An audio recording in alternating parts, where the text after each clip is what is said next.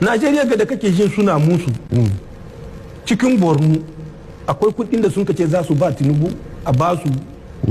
wuri Borno mun tura mutane sun je ba Najeriya suna da iko ba su tura iko a je a yi bincike dajin baga wannan iyaka wannan waje wata 4 na yi babu da ban sani ba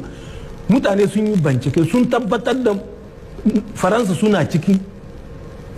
wani wuri da wani tsibiri da aka ce ma Kurna yan Niger akwai waɗanda sun kai 2008 mun yi zama tare can wurin sun sani akwai wani da aka ce ma Kurna akwai wani wuri da aka ce ma Kangarwa akwai wani wuri da aka ce ma Dogon Cuku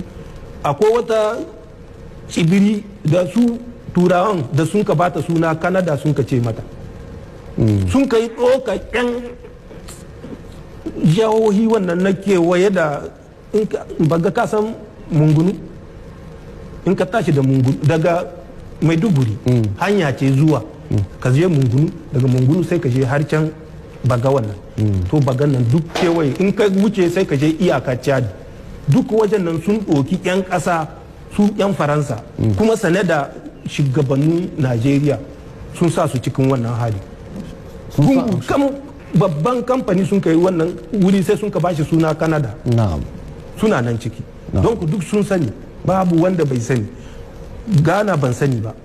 amma tabbata bisa kai ga tsarin da sun kai daga tsibirin mission de défense za a kai shi détachement de liaison inter-armée kuma waɗancan ƙasashen duk da na gaya ma tabbata ne amma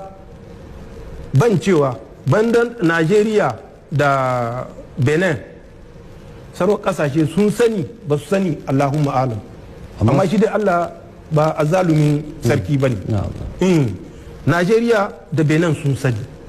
waɗancan sun sani ba su sani Allahumma alam amma kaji bayanin da zan iya bada bisa kai ga wannan sabon tsarin da sun ka hito da shi wanda shi Macron ya ba Jean-Marie Bockel shi ma Jean-Marie Bockel ya ba David Pawlowski da Paul Menon Berthe